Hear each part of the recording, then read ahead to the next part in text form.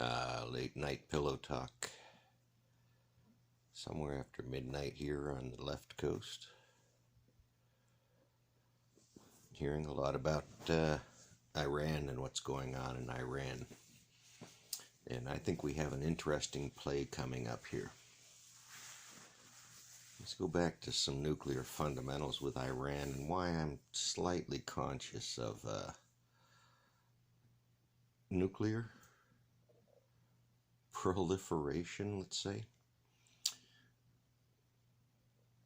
Noted before, one of the other hundreds of videos now, worked on optical emission spectrometers, which do elemental analysis, and one of the places they reside is in a nuclear reactor.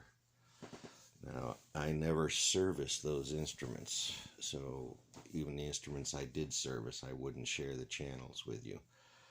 But it's common. I mean, a steel mill is going to be looking for nickel and iron and zinc and whatever else steel mills look for, and you can go find that out. But, so that was, those analyzers were in those facilities to measure parts per million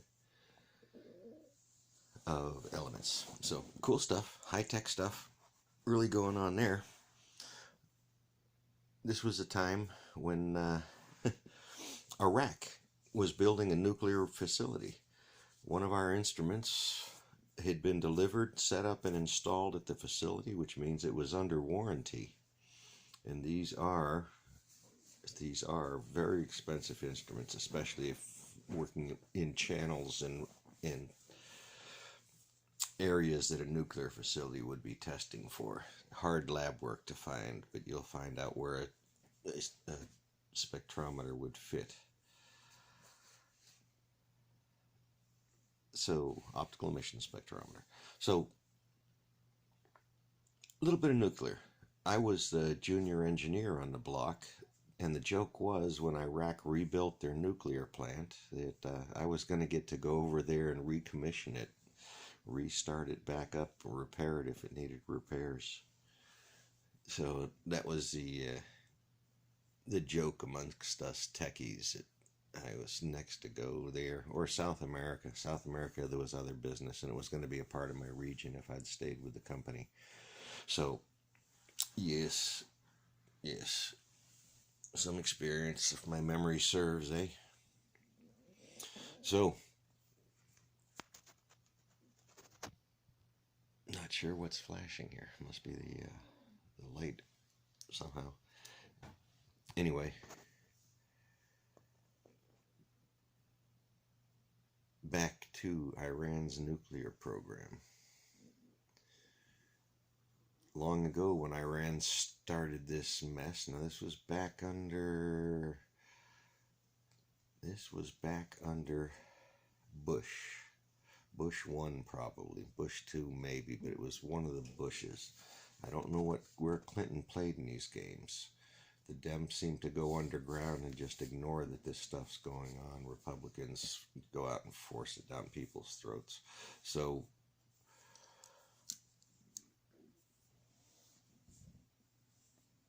Iraq has always had some nuclear ambitions. One is for safety in the region, because let's face it, there's some wacky freaking people in Pakistan and India and now Saudi Arabia. Israel has weapons. They've had it as long as we have, probably. If nothing else, it's a storage facility, a depot for our weapons, and they know how to take care of them probably better than we do. So, nuclear weapons, big fucking deal.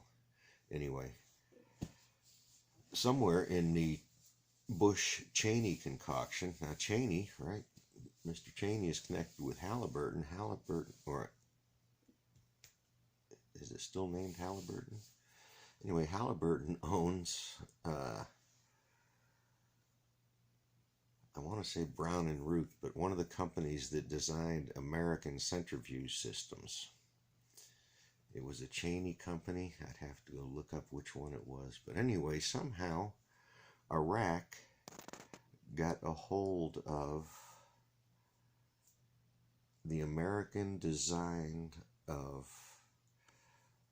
a centrifuge, a uranium purification facility for either civilian or keep refining, and it's now weapons grade uranium, easily converted into plutonium.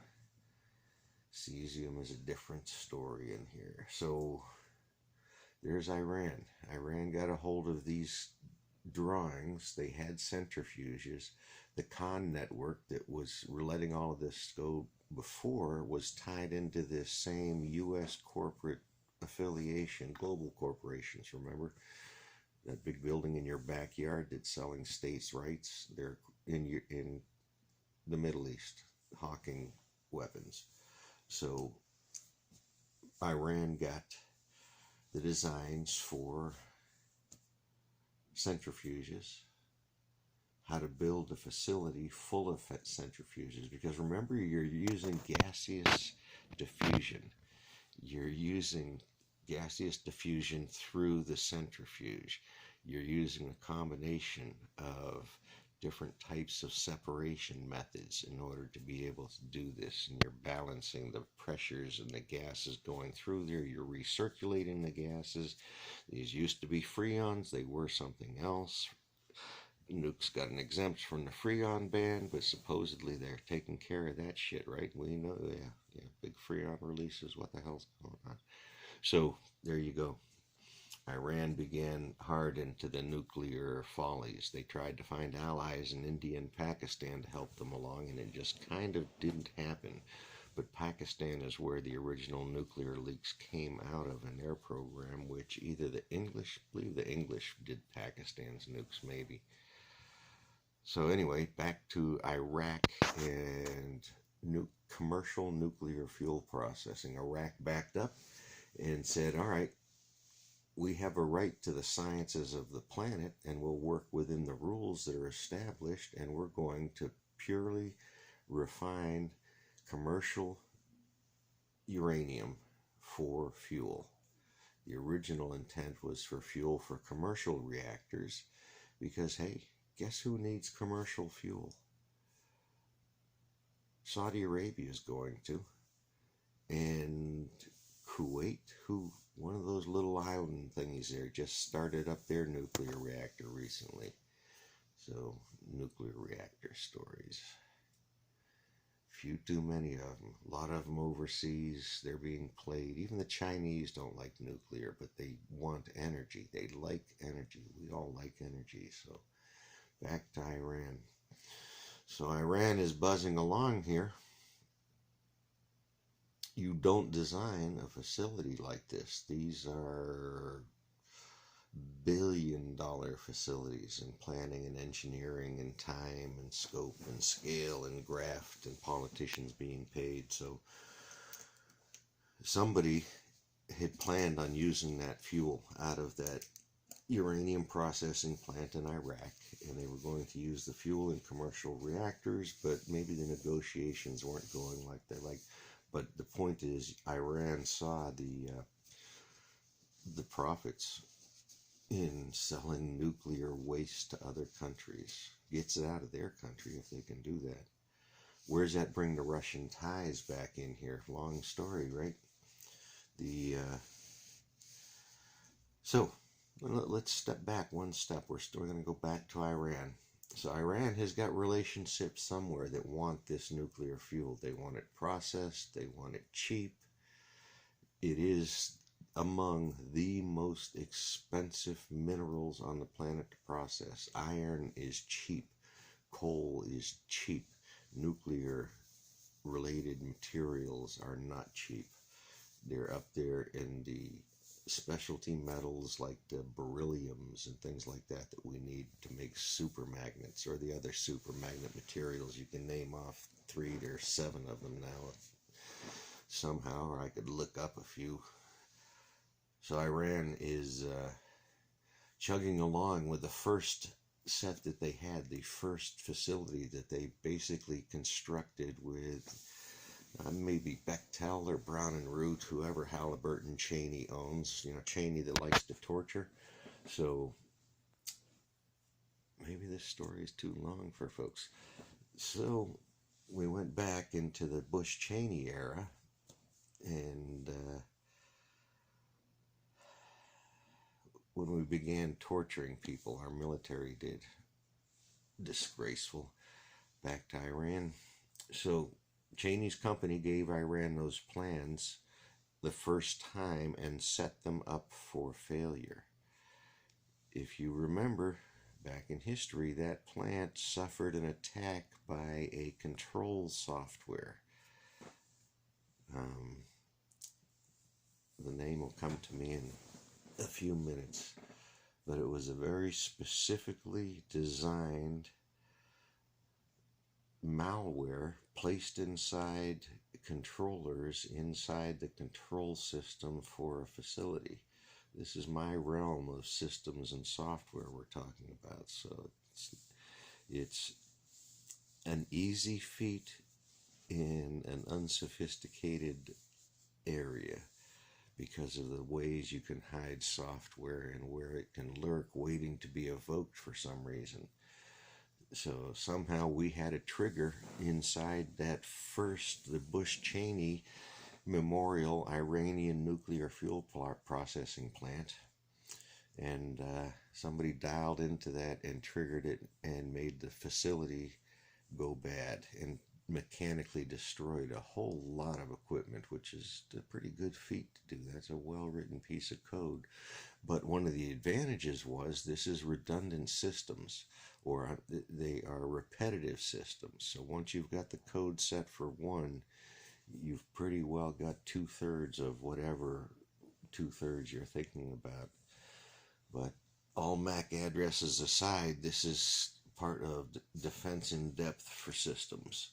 And you plan for things like that, or you plan around things like that. So there's Iran Plant 1 got blown up internally, attacked with software and industrial malware that actually would be fairly easy to write in many circumstances and places, and put in the OEM levels so that the box you open up has it, and you just will never turn it on and never know it's there. That's software.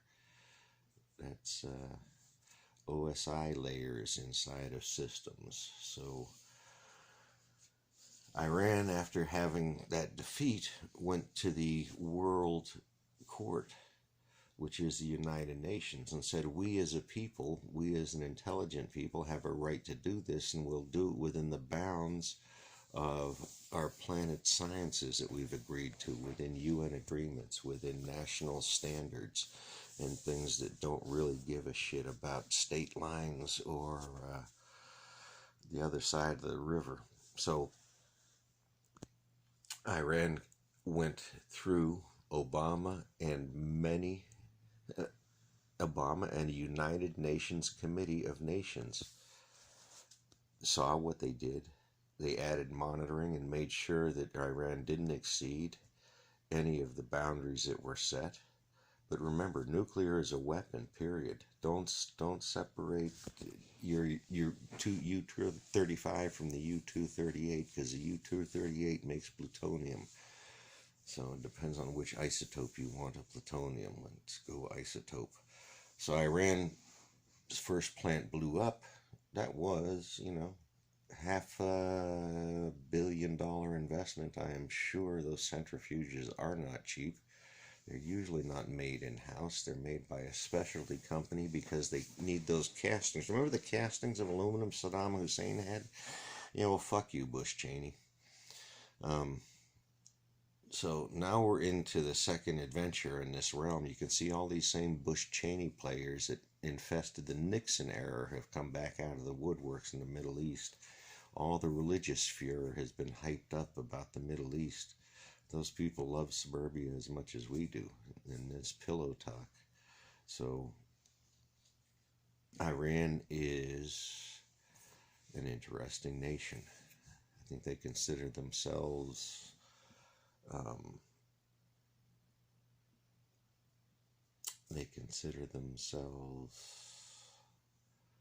something else, another indigenous tribe to the area. and I'll remember that later. So Iran has got a new plant that they have built and finished. They're actually in production, building towards making these fuel rods. There's still another step, is putting the fuel rods together, the components and the constituents of the rods after you have the materials to make it. So then you get into the Zirc alloys and things like that, the specialty metals and the ultra high purity water needed to be around those metals, or else they'll oxidize and rust, or they'll oxidize and become vapors in the air and float off and become an alpha and beta emitters. Who knows what they're going to do, some folks. So the fuel process is the next step. The original plan was for commercial fuel for commercial nuclear reactors. It was in the news, in the media a year ago, that they were switching from commercial reactor fuel, or wanting to commercial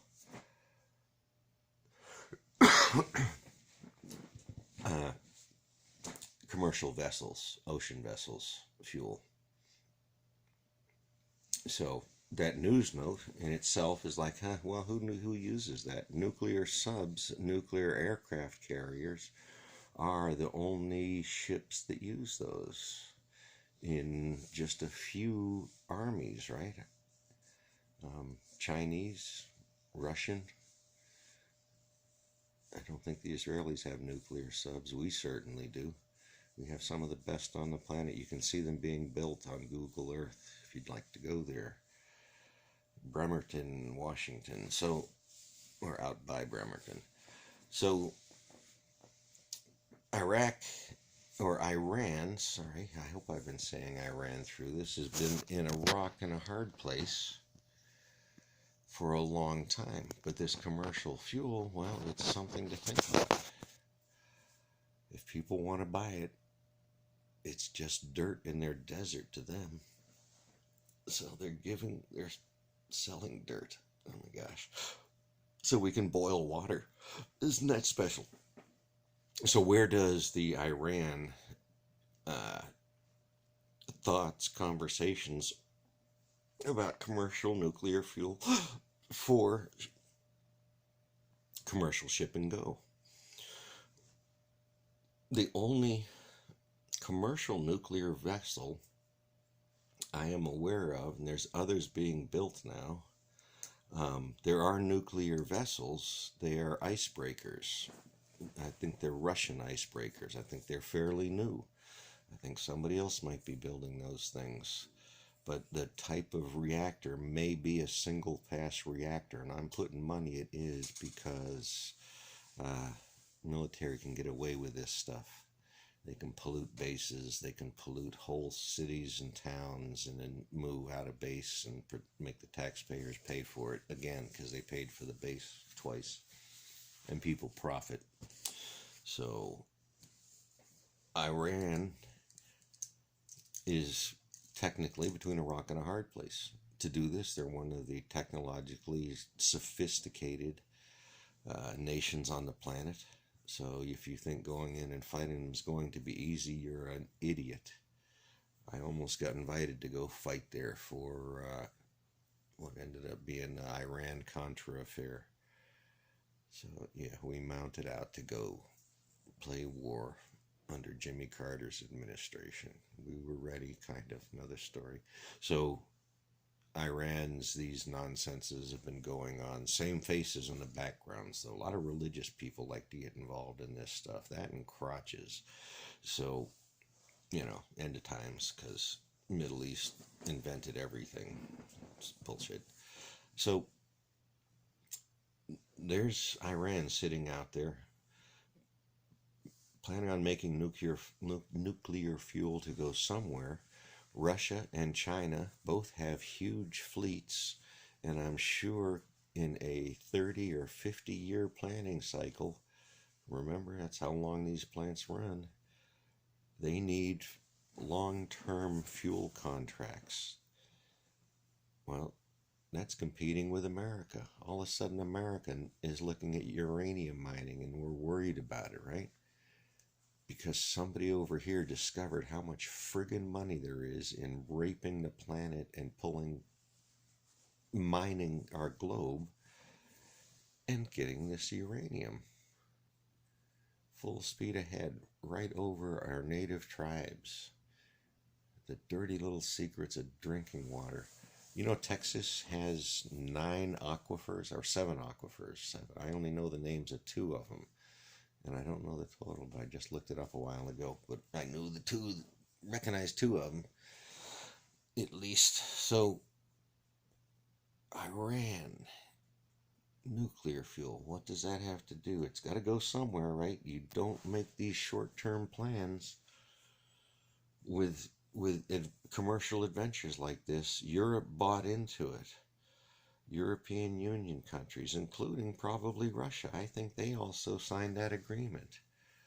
So it is Donald Trump and Republican lying sacks of shit, dishonest politicians, and it is quiet-ass Democrats that probably know this story better than I do that are fuck you politicians. So Iran, back to Iran. Nuclear, where's it going to go? Tons of commercial nuclear fuel. Well, I mentioned Russia is building ships. Russia also built a ship to go up into the Arctic and supply electricity to all the oil rigs up there, because they're drilling the shit. Well, they're mining up there. Let's call it what it bigger is mining. If you think they're just doing oil, I'm naive because I just haven't seen anything on what other than oil, but you can find the YouTubes. Go for it. So that nuclear reactor is sitting out there, anchored out in the middle of the sea, and generating electricity so we can harvest minerals off the seabed. And Exxon helped. Rex Tillerson was over there helping design, helping make sure that American companies are involved in this, that Swedish and Scandinavian companies that do proper sets of deep sea oil pipelines, miles and miles to tie all this infrastructure underwater. And they've been swimming around down there and do it for a living, and we're worried about Jaws. So, interesting place, but the commercial nuclear fuel for ships definitely has an outlet or a very potential customer in Russia, because Russia is developing commercial nuclear powered ships. One of the dirty little secrets of nuclear ships, it's a problem with almost all of them, with the exception of ones that can go underwater. Even those have problems, is temperature. The Russian nuclear reactors could not travel by themselves. They'd have to be shipped, or I'm sorry, the icebreakers would have to be shipped down to Antarctica, because they can't get the proper cooling for the nuclear reactors in warmer waters. They weren't designed for that design basis, right? Just remember how important that design basis is? The design basis for the reactor depends on the fuel, so these interactions are engineered over years and contracts and even decades. So there's where Iran is, stuck between a rock and a hard place. They got such goody uranium to sell. They've got miles of deserts. They don't have to worry too much about indigenous people getting run out of place, because they don't care about doing that anyway. And folks living out in the dirt don't mind moving to suburbia. They can be bought for running water and a toilet. So it's just the running water might be poisoned. All right. So this is the late night news. And I'm going to stop here just for length. This could keep on going on, but we are being played in the Middle East. In the nuclear group, if it's not North Korea, scaring us poor Americans. Oh, we're so weak. If it's not North Korea, go back. North Korea has been the biggest tail wagging the dog. If it wasn't North Korea, it was Iran. If it wasn't Iran, it was Iraq. Blow the nuclear reactors up. If it wasn't, what is it? There's others on the list. It's just late. So, little midnight restless rant. Good night, folks.